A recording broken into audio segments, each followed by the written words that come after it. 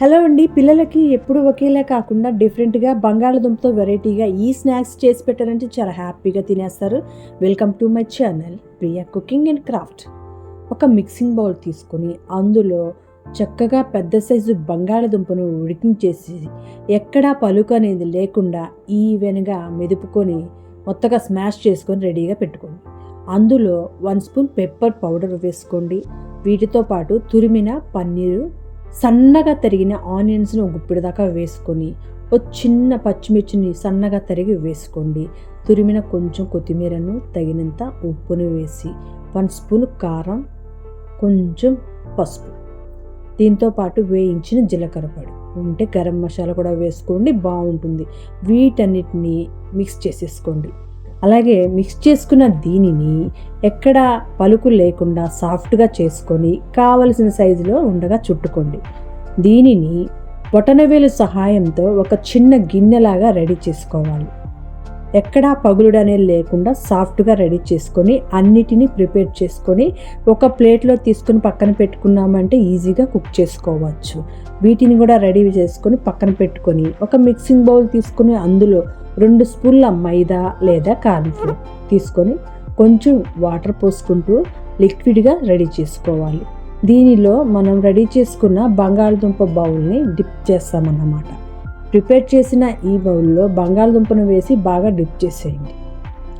Ready చేసుకొని దీనిని సేమియాలో వేసి చక్కగా అన్నిటినీ ఈవెన్గా డిప్ చేసేయండి.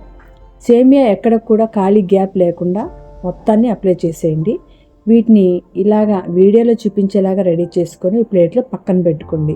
ఒక స్టవ్ మీద కడాయి పెట్టుకొని కొంచెం ఆయిల్ వేసుకొని ఆయిల్ హీట్ ఎక్కిన తర్వాత ఒక 5 లేక 6 పన్నీర్ ముక్కలను గోల్డెన్ బ్రౌన్ కలర్ వచ్చేంత వరకు వేయించుకోవాలి. ఎక్కడ మాడు అనేది లేకుండా మీడియం ఫ్లేమ్ పెట్టుకొని వేయించేసుకొని వీటిని కూడా తీసుకొని పక్కన పెట్టేసుకోండి. అదే ఆయిల్లో రెడీగా పెట్టుకున్న సేమియా బౌల్ అందులో వేసి ఈవెన్గా ఫ్రై చేసుకోవాలి. వేసేటప్పుడు స్లోగా వేయాలండి. బంగాళదుంప మిశ్రమం విరిగిపోకుండా స్పూన్ సహాయంతో వేసుకొని ఈవెన్గా ఆయిల్ మొత్తానికి అప్లై చేసుకోండి. సేమియా గోల్డెన్ బ్రౌన్ కలర్ వచ్చేంత వరకు కూడా ఫ్రై చేసుకోవాలి. మీ వీలుని బట్టి ఎన్ని కావాలంటే అన్ని ఫ్రై చేసుకోవచ్చు. వీటన్నిటినీ ఈవెన్గా ఇరువైపులా చక్కగా కాల్చుకోవాలి. లోపల సాఫ్ట్గా కరకరలాడుతూ సేమియా రావాలి. అప్పుడే చాలా టేస్టీగా ఈ స్నాక్ అయితే ఉంటుంది. వీటన్నిటిని అలాగే వేయించేసుకోవాలి. ఇవి వేగడానికి 10 నిమిషాలు టైం అయితే పడుతుంది. ఒక ప్లేట్లో డిష్ అవుట్ చేసుకొని కొంచెం కొత్తిమీర వేసుకొని గార్నిషింగ్ చేసుకోవాలి.